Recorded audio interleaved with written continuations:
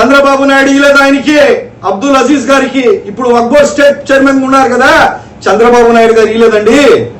ఆయన చంద్రబాబు నాయుడు గారు ఇలేదు. ఇదే కార్పొరేటర్లు ఎవరైతే ముస్లిం సోదరులు గెలుచుండారో అది తెలుగుదేశం గుర్తు మీద ఇలేదండి.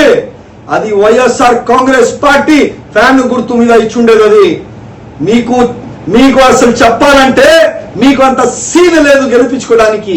ఈ రోజు మీరు మా ముస్లిం సోదరులకి 7 మంది కాన్స్టిట్యున్సీ సిటీలో అవుతారు, 5 మంది కార్పొరేటర్లు, 7 మంది వార్డుల్లో సిటీలో అయితే 5 మంది రూరల్లో అవుతారు.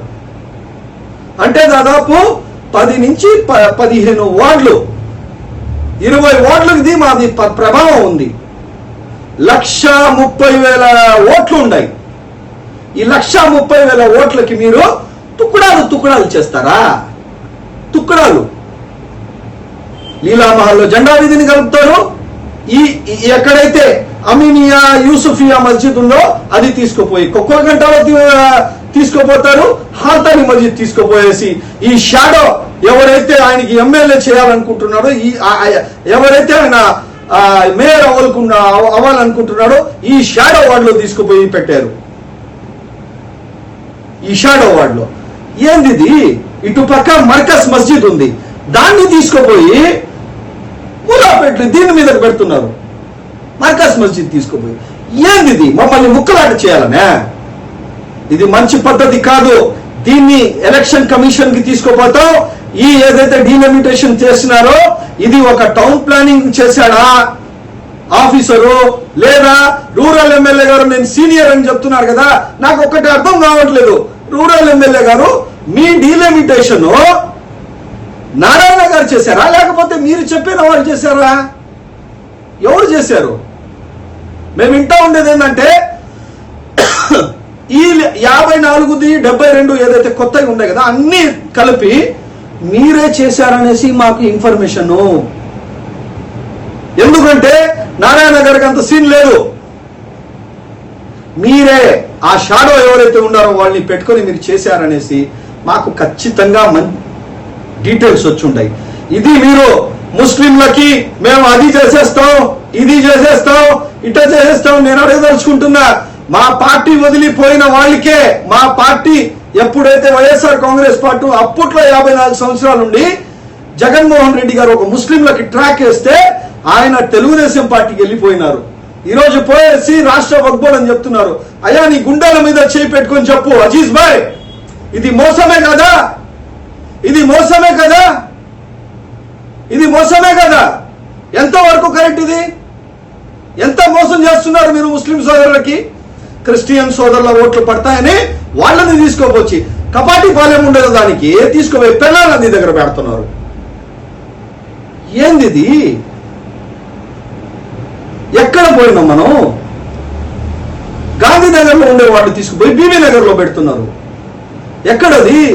అయ్యా సోదరులారా, నేను ఒకటే చెప్తున్నా, తెలుగుదేశం పార్టీ మైనారిటీ సోదరులారా, మీరు మేము కొట్టుకుందాం పక్కన పెట్టండి, కానీ ఇది సరాసరి కమ్యూనిటీది దెబ్బ తగులుతుంది.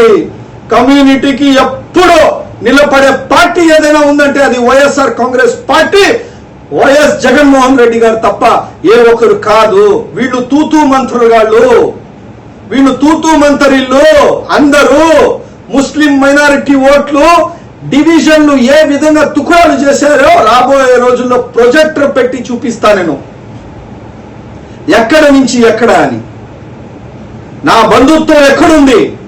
ఈరోజు నా బంధుత్వం ఉంటే దాన్ని తీసుకుపోయి ఇంకో చోట తీసుకుపోయి పెట్టున్నారు. ఏందండి ఇది? చిచి, ఇంత దిగజాల్సిన అవసరం లేదు. మీరు ఎంత చేసినా కూడా ఖచ్చితంగా ఈ ఇష్యూని పెద్దది చేస్తాం, మా కమ్యూనిటీ పెద్దలతో మాట్లాడతాం. అజీజ్ భాయ్, మీరు మాత్రం నమ్మక ద్రోహం చేస్తున్నారు మైనారిటీ సోదరులకి, ముస్లిం సోదరులకి మీరు మాత్రం నమ్మక ద్రోహం చేస్తున్నారు. ఈ విషయంలో గుర్తు పెట్టుకోండి, ఇది మంచి పద్ధతి కాదు. ఎప్పుడు కార్పొరేషన్ ఎలక్షన్ వచ్చినా మేము ఖచ్చితంగా ఆ వార్డ్ డీలిమిటేషన్ పర్ఫెక్ట్ గా అయి ఉంటే ఖచ్చితంగా నిలబడి గెలుస్తాం. మనం ఎంతమంది ముస్లిం క్యాండిడేట్ ని పెట్టుకున్నా కూడా గెలుస్తాం అని చెప్పు తెలుసుకుంటా. అదే విధంగా ఏదైతే మేము కోర్టుకు కూడా పోతాం, మేము అన్ని దాని మీద సిద్ధమవుతాం. వ్యక్తిగతంగా నేను పోతా కోర్టుకి, నేను పోతా. ఇది మంచి పద్ధతి కాదయా.